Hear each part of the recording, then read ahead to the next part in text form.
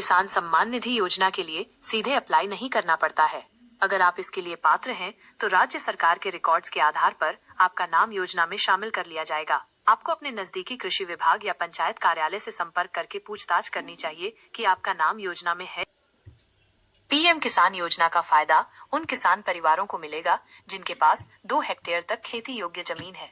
इस योजना के तहत किसान परिवार का मतलब है पति, पत्नी और 18 साल से कम उम्र के उनके बच्चे। इसके अलावा कुछ और शर्तें भी हैं, जैसे कि किसान को भारत का नागरिक होना चाहिए और उसका नाम राज्य सरकार के भूमि रिकॉर्ड में दर्ज होना चाहिए। योजना की लाभार्थी सूची के बारे में जानकारी निकालने के लिए आप पीएम किसान की वेबसाइट पर जा सकते हैं। वहां आपको फार्मर्स कॉर्नर नाम का एक सेक्शन मिलेगा। उस सेक्शन में आपको बेनिफिशियरी लिस्ट का ऑप्शन दिखेगा। उस पर क्लिक करके आप अपनी राज्य और जिला चुन सकते हैं और फिर आपको पूरी लिस्ट दिख जाएगी।